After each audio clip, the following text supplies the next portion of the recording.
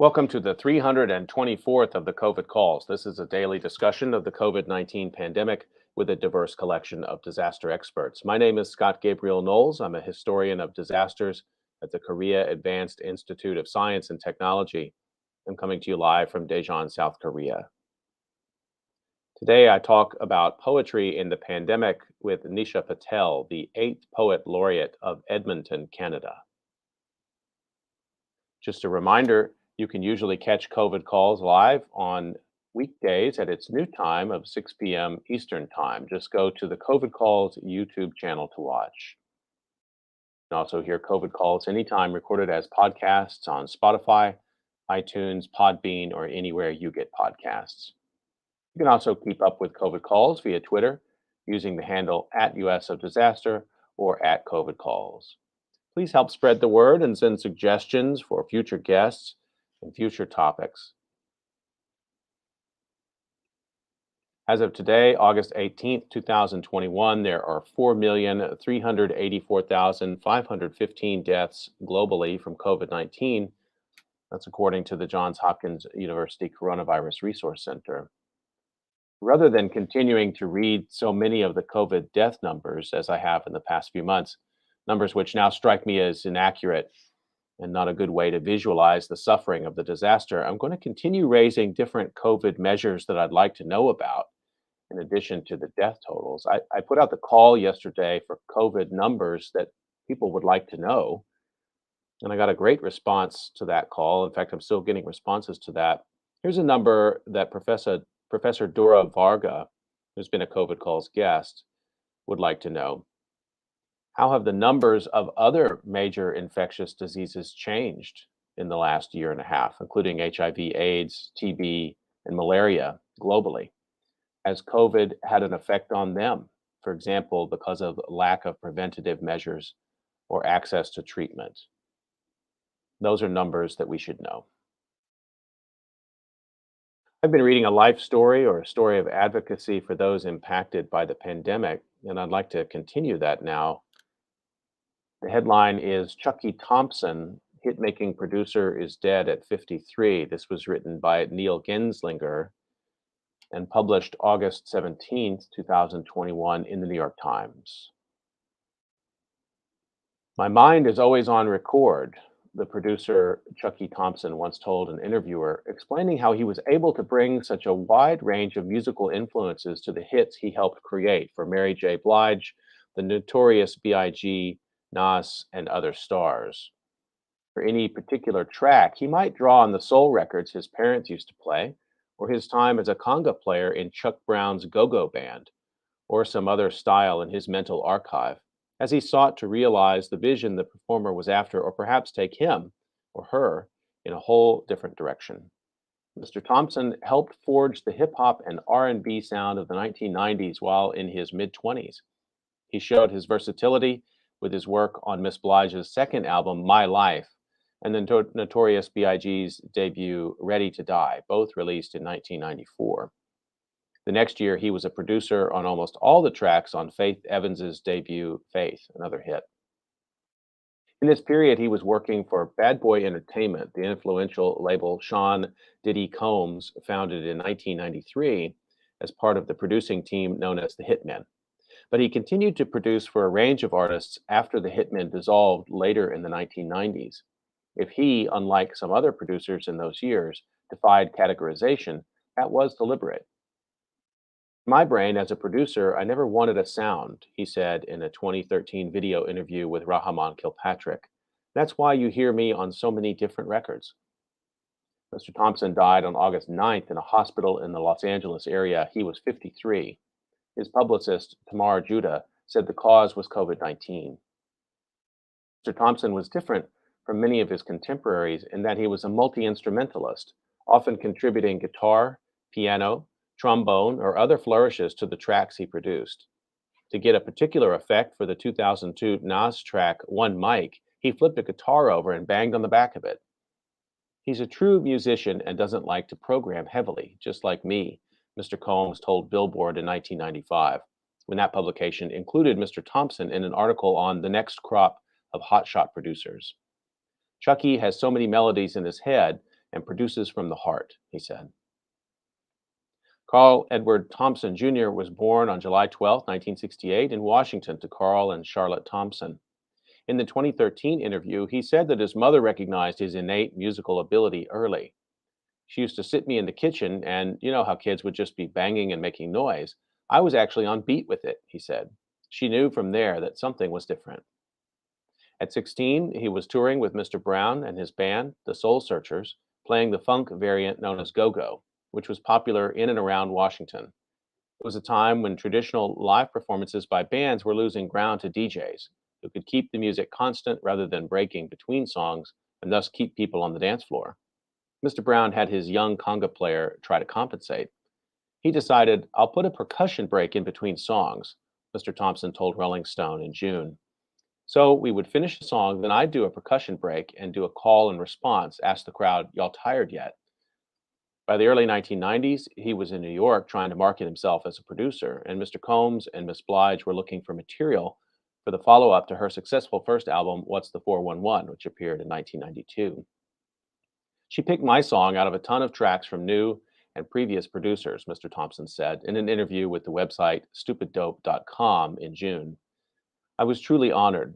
That track was Be With You, and at that time it was very different for her and her sound. I felt at that moment we were onto something that would be special. He ended up co-producing much of the album with Miss Blige and Mr. Combs. Miss Blige had a tough hip-hop image that defied female singer stereotypes, and some people didn't care for it. Mr. Thompson took that reaction into account as he helped create the songs for her second album. I didn't like people throwing stones at something they didn't understand, he told Rolling Stone. So I was like, on this record, people are going to know you're a singer. You're the real deal. My Life, full of confessional songs exploring Miss Blige's personal struggles, received a Grammy nomination for Best R&B Album and helped establish her as a star. In June, Amazon Prime unveiled a documentary about her career and the record, Mary J. Blige's My Life. Over the years, Mr. Thompson also produced for Usher, Raheem DeVaughn, Total, and many others. He produced some of the final tracks for his early mentor, Mr. Brown, who died in 2012 at 75. Mr. Thompson's survivors include 5 children, Ashley, Emil, Miles, Quincy, and Trey Thompson. The headline was, Chucky Thompson, hit-making producer, is dead at 53.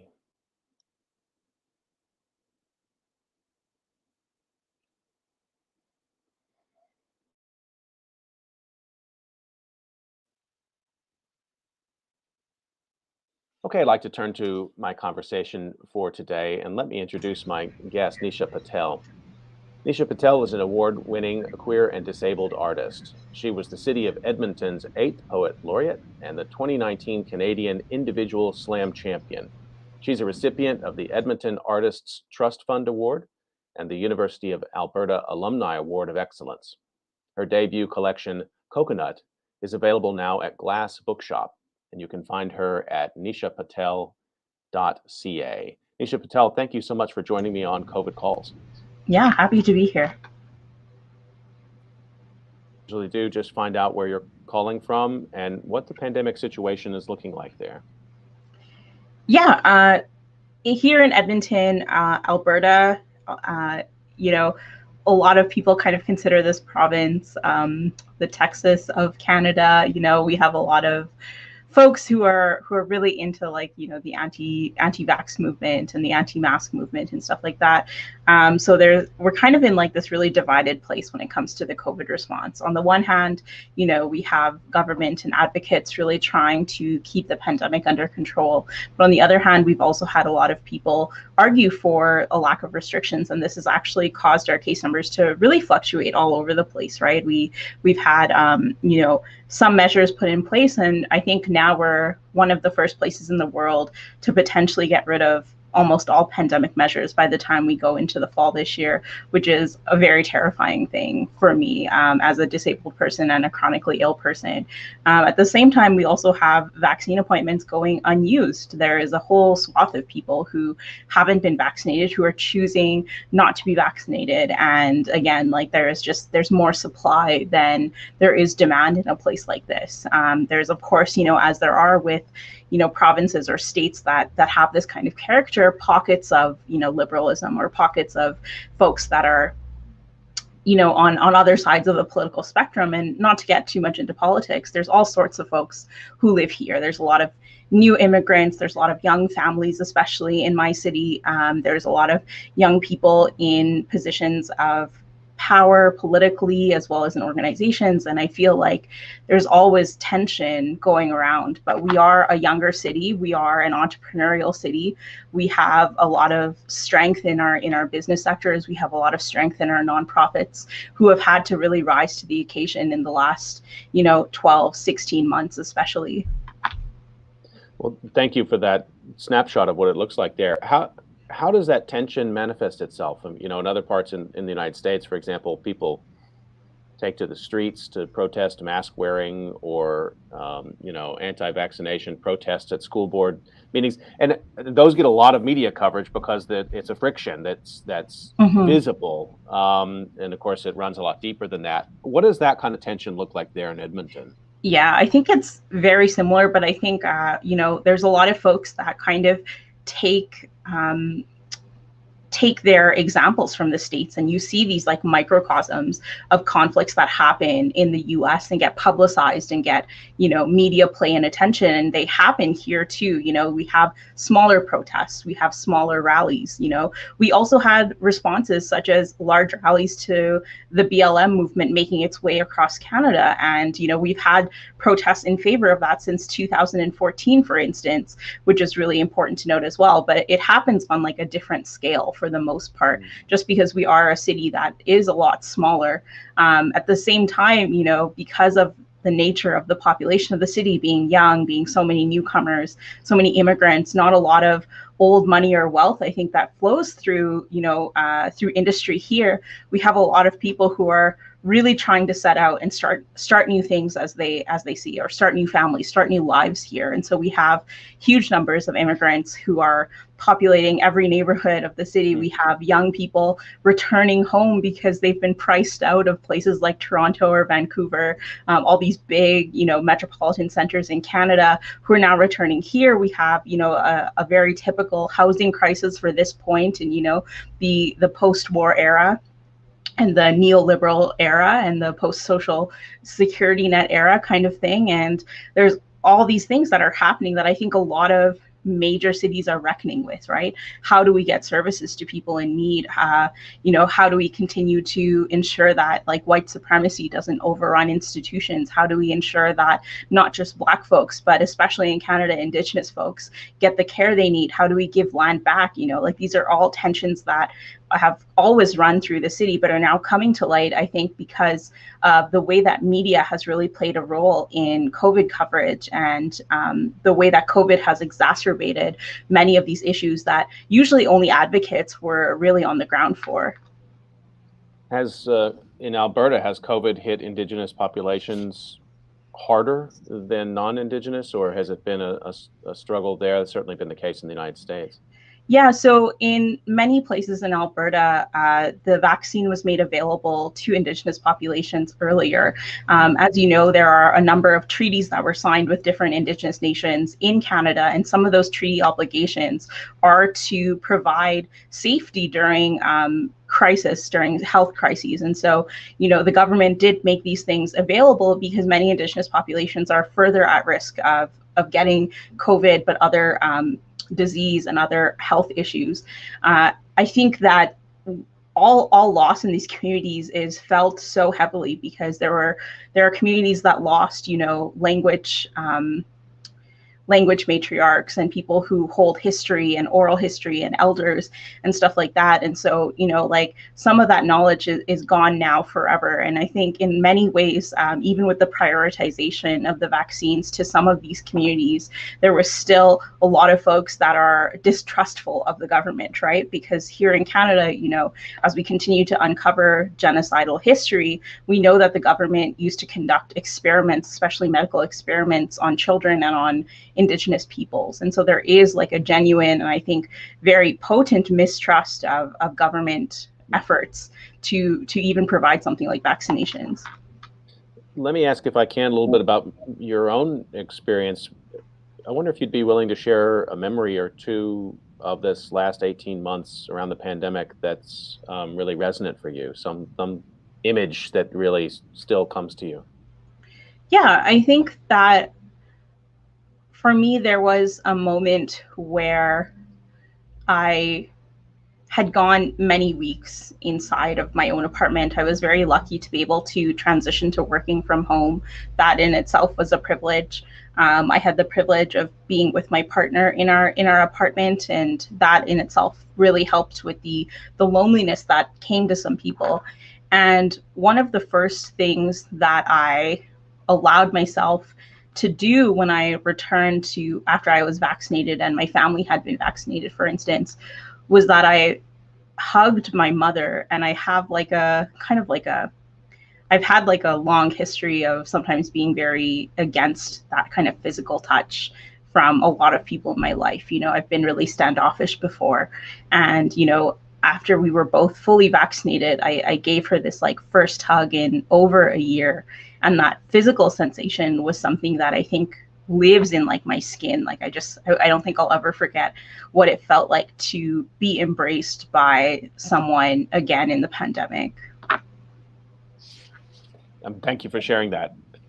I think there's so many people can connect with that, and those of us. I mean, I haven't seen my own family, a lot of them, extended family, in almost 2 years. Yeah. And so, just hearing you talk about that, it feels good. Yeah. Just the way you described it. Thanks for that. I want to get some background. We're going to talk about your poetry in detail, but you must get asked this question a lot. But when did you know you were a writer? It's such a funny story. I wrote a little bit when I was a younger teenager, kind of like that preteen, early teen stage. And it became clear to me from people around me that like writing was not financially viable. And so I quit writing for probably like 10 years, which a lot of that was like me being young, me being in high school and university and stuff like that.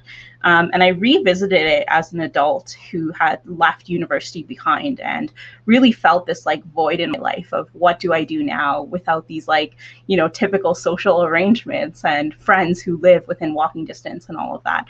And I turned to poetry after seeing some poets, and I was like, I think I could be good at this. Not just that I wanted to do it, but I thought I think I could be genuinely good at this. And I'll tell you, those first years were rough. Like there were a lot of not good moments. But I eventually took what I started as like kind of a hobby thing that I did to embrace kind of the community that had grown around performance poetry and writing.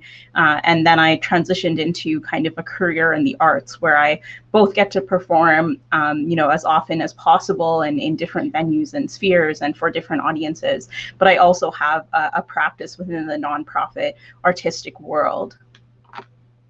So that moment of sort of a commitment, like this is going to be your life, that's a really brave moment for artists. And thanks for sharing that. I mean, I guess it didn't come to you all at once, but to then go from there to be poet laureate of a major city and teaching and everything that you do. I mean, that's like I don't know how to even describe it. Like what an aha moment to realize that that's what you are. Yeah, I think it's really funny because I did have like a very genuine and very specific aha moment where I was like, you know what, I need to do this for myself. And sometimes these realizations come slowly or they come as a product of the right opportunities falling the right way. But, I was very ill. I was traveling. I was doing a show in Berlin where I was getting paid, I think, about 50 euros, which is still a pretty good rate for some poets, which of course didn't cover the cost of traveling there or the cost of accommodation. I was going to say, that's about a half of a small hotel room in Berlin. Yeah, for one exactly. night. So I was like, you know what? I want to do these shows and I'm gonna go to Europe and I'm gonna tour Europe. And instead I did like 4 or 5 shows and I called it a tour. And I spent a lot of money on it. And so I was in this show and I just had this moment where I was surrounded by folks from all sorts of countries, right? Because Berlin is a very metropolitan city with tons of people, very international in nature, and people from different language backgrounds who were sharing in the English part of spoken word. And we were brought together, I think, in that moment, these people in this room from all over the place whose histories I would never learn. And I just had this really profound moment of where I was like, I think some people are given the opportunity to do something they love and also be, you know, good at it or proficient at it, or feel spiritually rewarded for it. And I think now that I know what it is, now that I know that it's poetry, I will be denying myself if I do something else with my life. Just a reminder, you're listening to COVID Calls, and I'm talking to poet and teacher NISHA Patel. And so, NISHA, can you tell us about the path then to becoming the 8th Poet Laureate of Edmonton? Yeah, you know, it's so interesting. A lot of really big cities have poet laureates who are essentially individuals who are either hired or selected from council or arts boards or, you know, other parts of the organization to represent, you know, the life of the city through literature, to reflect on it, to bring people together through art. And I think one of the most famous poet laureates now of all time is Amanda Gorman, you know, the former youth poet laureate of the United States, who captivated and continues to captivate, like, not just her nation, but many nations all over the world. And so poet laureates have existed in some cases for many, many years. And Amanda, like me, we come after hours and hours of advocacy and work in the arts of those that came before us. You know, we both owe a lot to the people who have come before. In my case, there were 7 poet laureates in the city of Edmonton who all laid the foundation for someone like me to be able to go into poetry. And I think for me, especially here in the city of Edmonton, this is a role that is not a reward for hard work. You know, it's not an accolade given or a title bestowed on someone. It's very much a position in which you are an active participant in building, you know, around yourself, building relationships, building poems, building story and history. And so in the city of Edmonton, this position is often afforded to people who have that capacity to build, and not just people who have a long established history. And I think it's very interesting because, you know, some of those early years where I was out in the community trying to grind and make my way as a successful poet, there were many moments where I was like, I questioned, you know, how viable this was going to be. And being in a position where that effort was being witnessed and paid off was really important for me. And then, of course, like, I spent most of those 2 years as poet laureate in a pandemic, you know, and I couldn't have predicted that, you know, and I took it in stride as I should have done. There's nothing else I think we could have changed about that. And I continued to do my work as poet laureate from my living room, essentially. It's amazing. It's just amazing. I mean, you just finished your term as poet laureate earlier in the summer. You were telling me before we started. So almost the entirety of your time, I guess you had a few months before the pandemic had really started to try to make sense of the responsibilities and the work. And there's a lot. I was looking through your website. I mean, you were expected to teach and have intensive workshops and create, and there's a lot that goes into it. And then the pandemic hits, and I guess you move all those activities into your living room. Yeah, you know, it's like I said, I had a huge privilege to be able to work from home. I had the ability to put in a setup and get the equipment and stuff to make that viable. And ironically, in some ways, being able to be in this position made being disabled a little bit easier. You know, being someone who has multiple health issues, suddenly the world became both smaller but also more accessible, because I was able to react to my body's daily needs, you know, through the guise of being in the comfort of my own home, as well as react to my very real and very demanding jobs. You know, I was often working 2, 3, at some points even 4 contracts at a given time, you know, just trying to make it through the pandemic. A lot of artists, you know, have what my friend in business calls lumpy income, you know, so there's periods of kind of stability and prosperity, and then there's periods of kind of downturn. And managing that in itself, like managing kind of like a financial roller coaster, can be really tough. And as soon as the pandemic hit, I was like, I don't know what's going to happen. I perform for a living. Like, what's going to move online? What isn't? Can that even be done? And, like March 2020 was a very different year than March 2021, at which point, we had established, yes, we are going to be able to continue doing some of this work online, but it's going to look different and it's going to feel different. I wonder if we could hear some of the work that you produced during this time. It's actually how I first came to know of your work, was the news piece that was written about a kind of a living poem that you created, which uses numbers as a way to mark time, and then an exploration from there of the experience of COVID. And I'm gonna let you set it up because you can do a much better job than I can. When I first encountered it, its title was, let me get this back up in here. It was 432-615, but the title has evolved a lot since then. Tell us about this. Yeah, so in the fall of last year, the city of Edmonton officially reached a point where we had more than 1,000 new cases of COVID per day. And compared to some other cities, that might be a lot less, and compared to some cities, that was a lot more. But for me, it was this moment of pure fear. We didn't know when the vaccine was going to come. We knew the rollout might be a lot slower than we could have expected. Some were saying there wouldn't be, even first doses guaranteed until 2023 for younger populations. There was a lot of fear in that moment. And as Poet Laureate, it became very clear to me that I had an obligation to process grief and trauma in ways that would alleviate or at least bear witness to the suffering of other people. I really wanted people to know that I wasn't here, writing about things that didn't matter to me, that this was personally affecting me as well as them, and that I was seeing their struggle, and I wanted to honor that. So I decided on this project, which I called a living poem, ironically, because for every death in my province of Alberta, I added one word to this poem, which, by the way, makes editing it very difficult.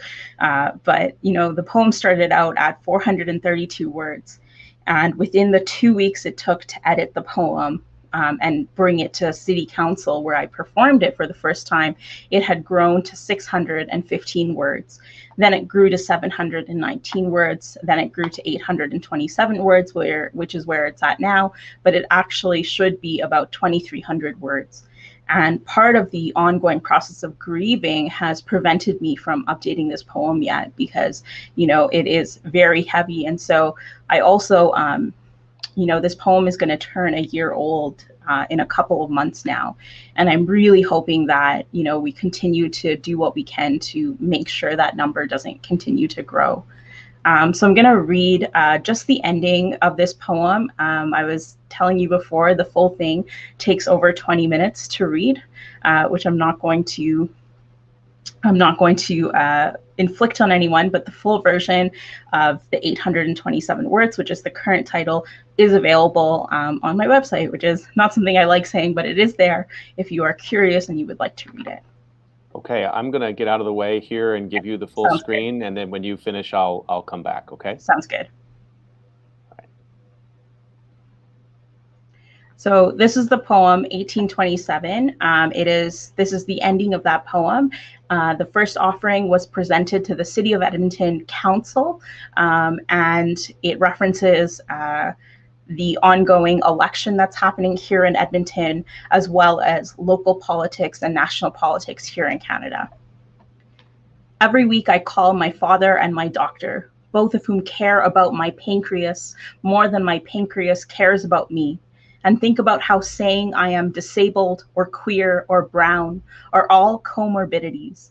In the USA, citizens are furious that blaming fat people and demonizing their weight has allowed them to receive their first doses of vaccination sooner, arguing that disability makes fat people less worthy of life. They want me to believe it. My astronaut friend talks at length about Mars, and for a second I daydream before I remember that she was told to wake up to the reality that this is her fault. In space-time's continual quest for meaning, the Mars rover Perseverance touches down successfully, and I weep knowing that children who worked their whole lives for this day are people too, as they cheer in a NASA control room. My friend continues working as a citizen scientist and a doctor, and I'm grateful that for some, hope is a lifeblood and not a luxury. Teens take up the mantle to uphold treaty and save the lives of those the city wishes didn't exist. The city wishes harder, shoves bodies into convention centers, and hopes that the people with votes are appeased, that no tax dollars have been wasted on housing.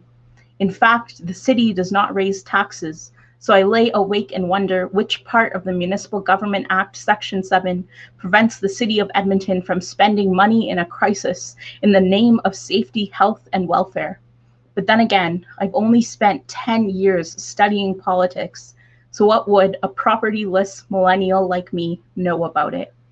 Mayoral candidates start their long hauls to the finish line without once questioning their own acceptance of a system that hates them and wants them dead. I wait day by day for a candidate that believes in the future that I want and wonder if my mother could have predicted loneliness like this when she left India a lifetime ago. I think about Christmas. I think about Easter and rebirth. I think about cooking for the 365th day in a row and divorced wives stuck in houses as women's shelters reach capacity over and over again. I think about starvation. I think about home, how being human makes me worthy of at least one of these things. And mostly I think about death, how my faith in politics died first in a refrigerator truck and then a field hospital, how deeply our love runs for our own imminent ecological collapse, how freeing up ICU beds is a success story and not a tragedy, how arrows on the floor are oppressive intervention and not simple courtesy, how tiki torch-bearing white supremacists think it's their God-given right to sentence the rest of the world to death. What God will you face? And how much will I pay in my people's blood to see it? I took one word for everybody in this province who died a preventable death and wrote a poem, 827 words, one for every child that grew and loved under the hands of collective negligence. How eloquent it will make me tomorrow.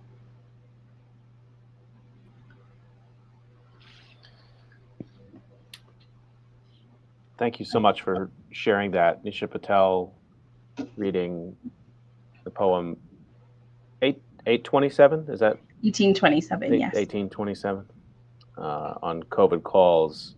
Nisha Patel, the 8th poet laureate of Edmonton.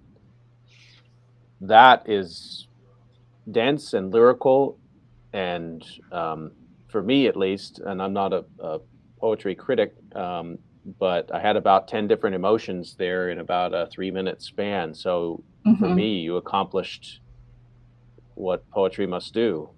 Some of those images, particularly, I wonder if I could, I don't want you to give up all of your secrets as an artist, but somehow the juxtaposition in such a short period of time of the refrigeration unit to deal with death and the ICU beds and the Mars rover. And I mean, that's a juxtaposition. Those two images together to me is incredibly powerful.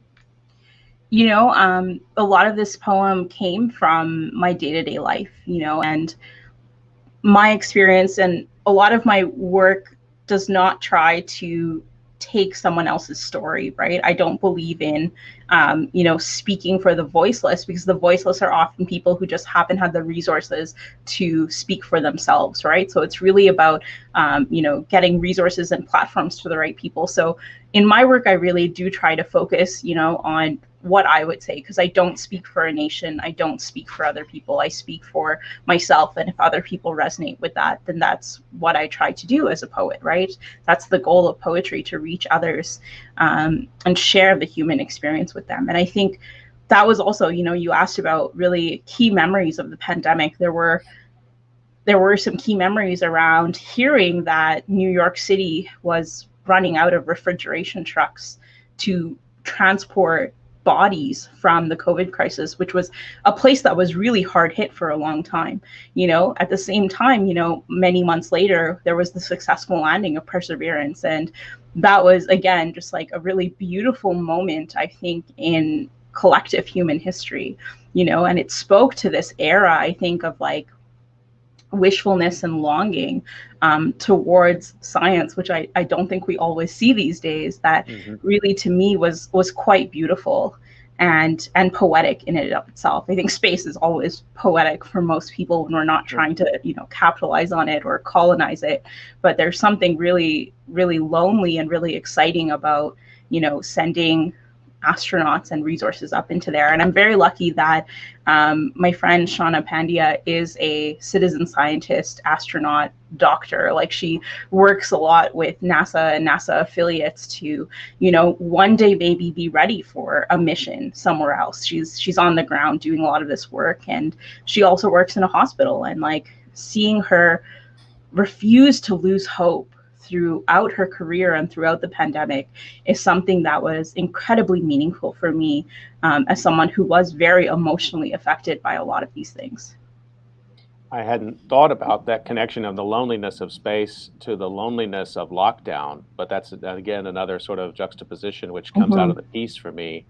And I'm sure that was intentional, but and also in my work, I interact with a lot of people who are historians of science and are critical of science in hopefully positive ways, because we want science to be equitable and honest. But you also find a lot of people in this last 18 months kind of surprising themselves. They're like, go science, like in ways we hadn't since maybe we were in middle school. We're like the wonder of science to bring, for example, vaccines to bear on this pandemic in such a short time. But then the refrigerated mortuary trucks, on the other hand, I don't even know what to say about it. It's just, there's a juxtaposition there which is startling to me, I think.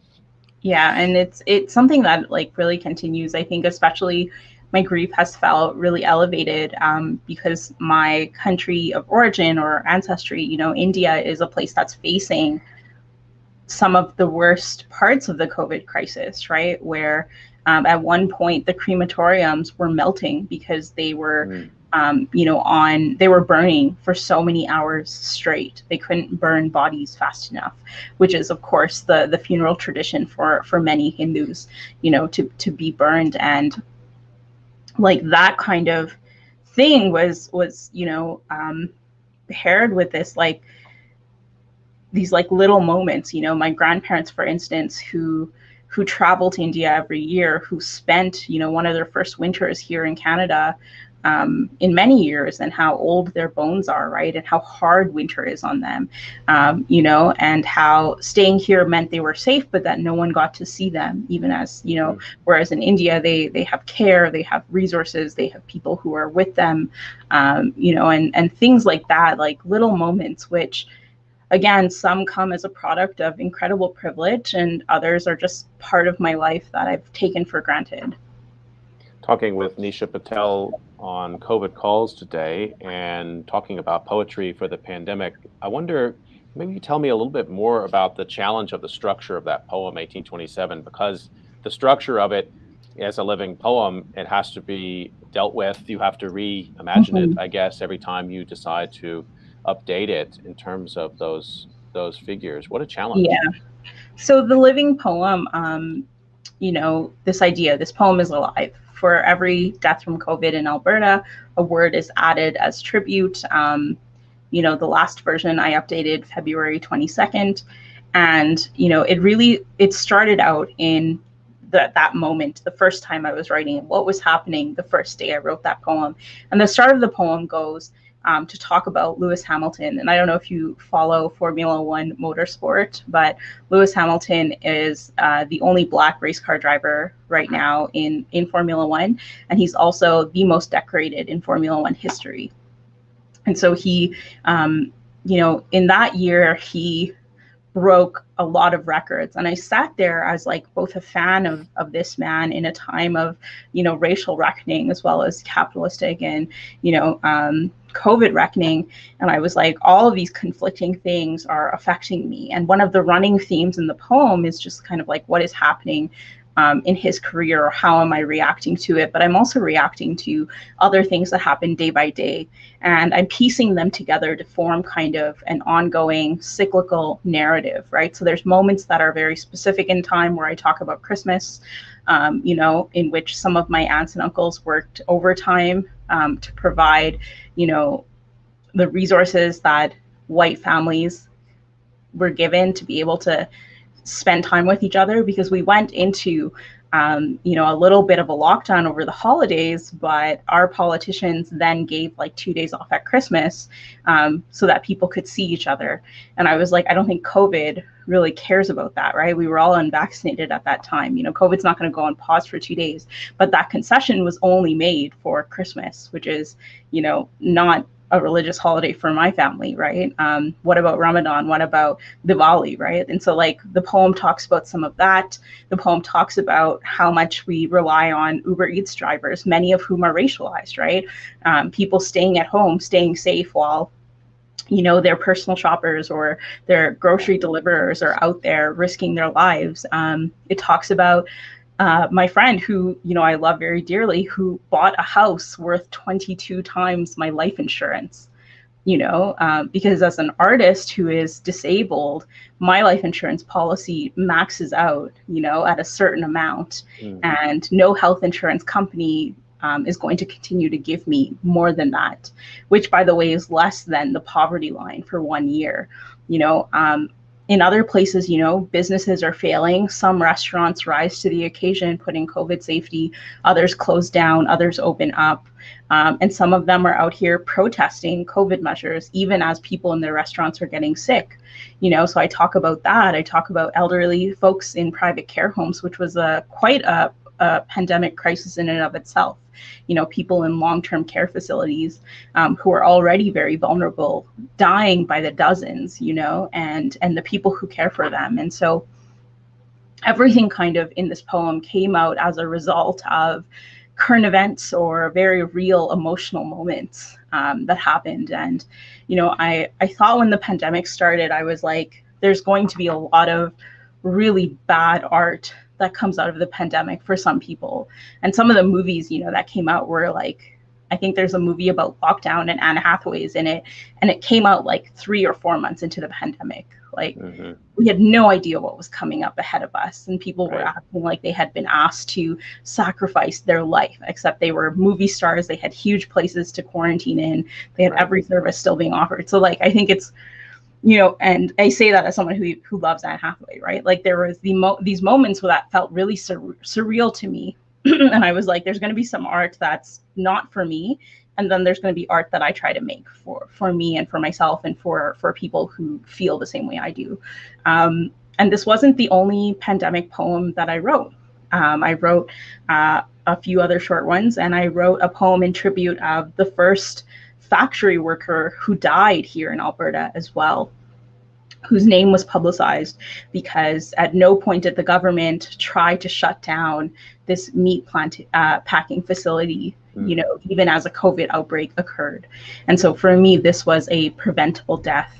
And I felt that tragedy in ways that I didn't feel some of the other ones, because there was a name and a face and a story, and this woman could have been anyone's aunt, could have been anyone's, daughter, could have been anyone's mother. Like just the horror and the tragedy of that was something that, at times broke me down, and writing was my only way through it. So the structure of the poem is really a result of how I processed trauma or sadness or pride or, those emotions of the day. And I do think that like part of this poem is, just a product of being able to reflect on these things.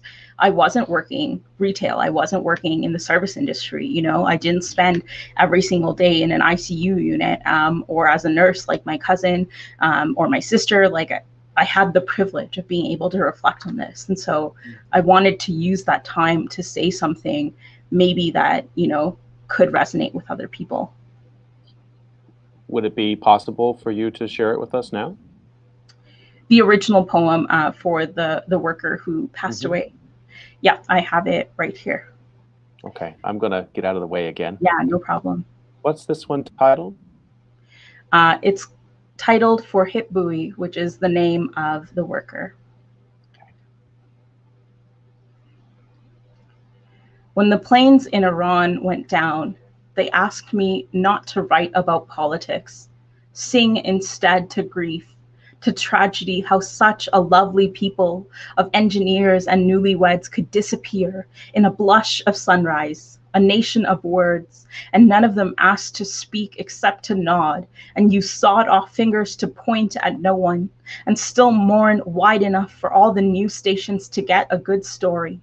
When they asked me to write about it, I would rather have pulled my tongue into weeds than stand at the microphone, but here we are again, asking muddy bodies not to talk about politics like any of us can afford it.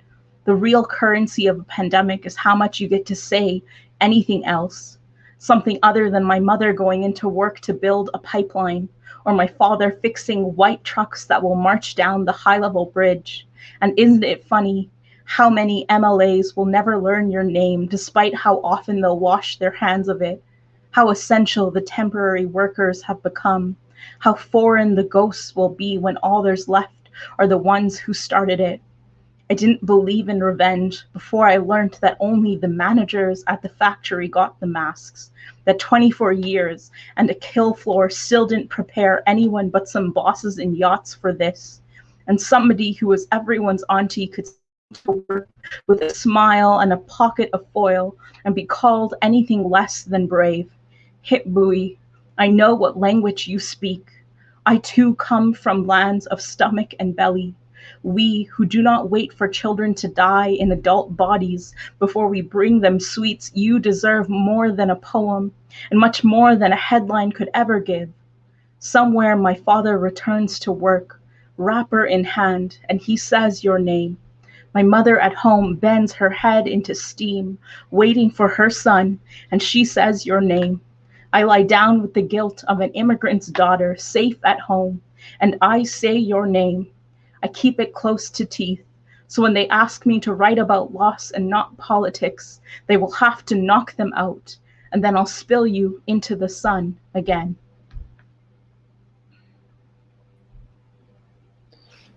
NISHA Patel, the 8th Poet Laureate of Edmonton, Canada, reading on COVID calls. Thank you again for sharing that with us. And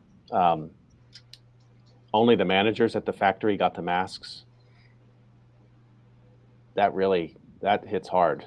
And that's, again, a part of the pandemic that maybe people have moved on from because it was so unthinkable that I'm thinking of the United States here, but the need for meat somehow became such a national priority that the president created an executive order forcing those factories to remain open, knowing full well that people were getting sick and dying on that floor. I just don't know how we reckon with that in ways other than through art. And ideally, hopefully, through litigation and through criminal proceedings, as far as I'm concerned. But while we wait for that, we have poetry like yours, I think. Yeah, I think in many ways, art is a way into conversation. It's a way into emotions that surpass language in some cases, and it's all part of the same ecosystem, right? Of us learning how to treat each other better, right? And hopefully those intentions, these individual intentions, trickle up into policy and action, right? And I really want to hope that we've learned a lot as people, as individuals, but also as like governments full of systems that are broken, about how we can do better and continue to do better. I want to ask you a little bit about performance, because you were the 2019 Canadian individual slam champion. That kind of performance, I mean, there have been documentaries about it. It can be very physical. There's a sort of intimacy that has to be created with the audience. There's an electricity. It's the performance of the words. It's not just the words on the paper. Unfortunately, too many people in school, their interaction with poetry is some words on a page, and they're supposed to memorize them, and that's it. And they don't ever get a chance to be with a poet like you, who then brings the words into some other way of experience for them. Again, I wonder if you might just say a little bit about what it's been like to then have to move that online. Yeah, being someone who does spoken word poetry, which is a very present art form. You are in a moment, you share a moment in time and a physical space with someone, and taking that entire practice and moving it online was a huge struggle for me. And for many people, because for the first time, I wasn't relying on getting energy back from the audience, or getting, the feeling and the emotions, and even like modulating your voice, right? Like, I can't hear what it sounds like for you, or what's comfortable for you. But in a big room, I can generally tell how loud I need to be, or what parts I can say quietly. And there are quiet parts and loud parts together in a piece. And so that kind of thing was really tough to adjust to. And it was terrifying. And those early shows that I did, I performed probably over 50 times during the pandemic. And those early shows were not ones that I'm very proud of. I think they were scary moments where I was alone in my own art, once again, like I had been right at the beginning of my career. And that was terrifying. Like, that kind of solitude was really terrifying. And then I slowly learned to adapt, my human needs for connection into the online space. And as I started to, get a feel for, what an online audience needs and how I can reach them, my performance became better, and it was, I even launched a book during the pandemic, this is not like a shill for that, but I toured it online. I took it on virtual tour, and it, I did like 25 shows for this book. And, I've been waiting my whole life to have a book out. And then I had it, and I sat in my living room and I did these shows. And there were moments that to me were even more memorable than they would have been in person, because suddenly I had people from across the country sitting in the same room to celebrate some of this work and to listen to it. And they were able to witness that moment together. So in the end, it did become just as effective in some ways, but again, like, that physicality still exists. And I miss it, and my body is going to have to readjust to being around people again, and that, I think, is going to be, again, like a relearning process, similar to the physicality of going back to a sport, or to, any sort of movement practice, or yoga, or riding a bike. I can see what the audience would get from it, because you're a very skilled performer, and just the performance of the two poems that you shared here were fantastic.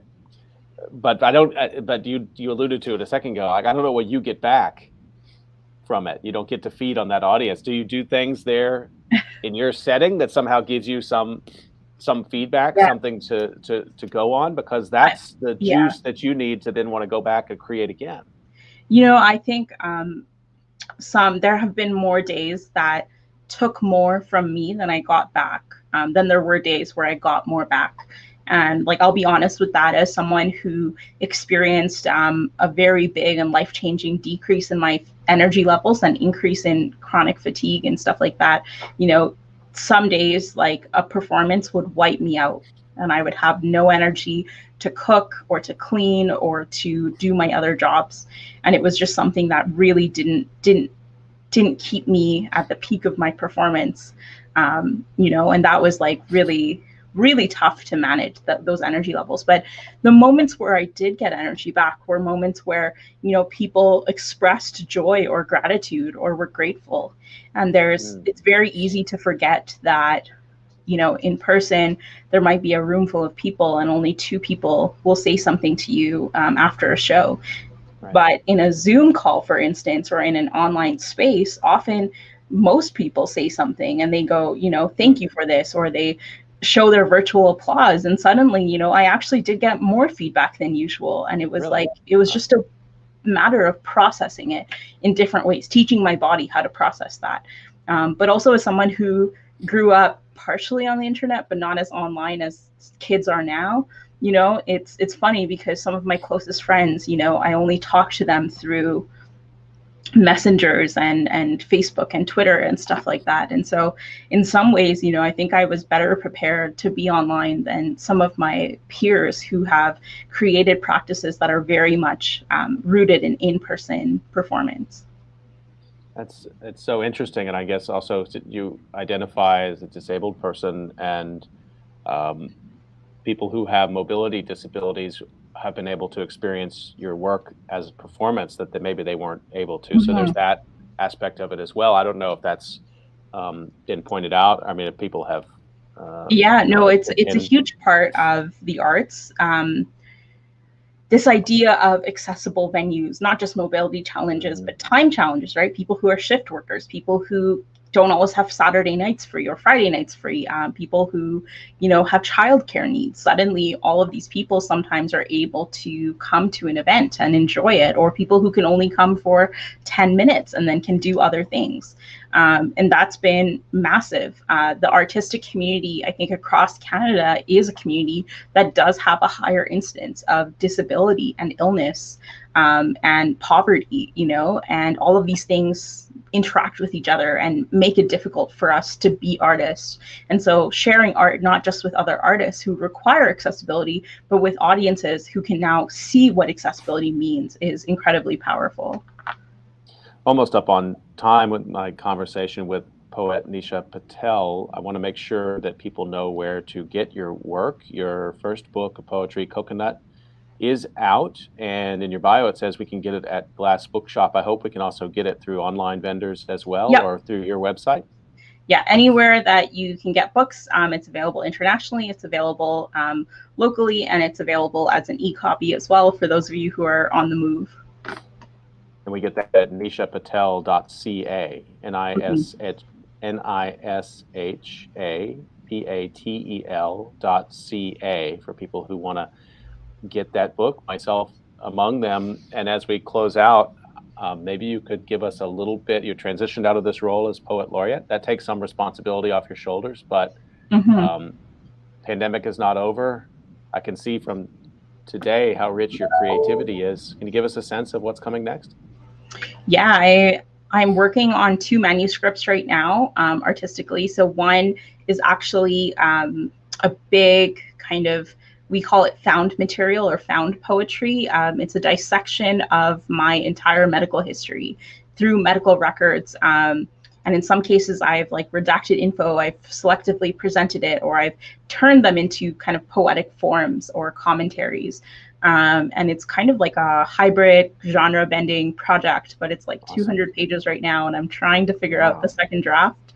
And I did that during the pandemic. So that exists. And I'm also trying to write a fictional novel for the first time, and that is not going well. I have hit major roadblocks on that. I've never written a novel before. So that one you might never see, because I don't think all first novels should be published. But definitely I'm trying to finish this poetry manuscript, which will be a huge departure from my first book. Well, I'm sure the novel will be great. And even if we don't find it as a novel, I'm sure parts of that process will find its way into other works that you're doing. What a brave act to write a novel in the middle of the pandemic. I just want to remind everyone you've been listening to COVID Calls, and you can usually catch COVID Calls at 6 p.m. Eastern Time daily. And today I've been talking to poet NISHA Patel, poet and future novelist NISHA Patel.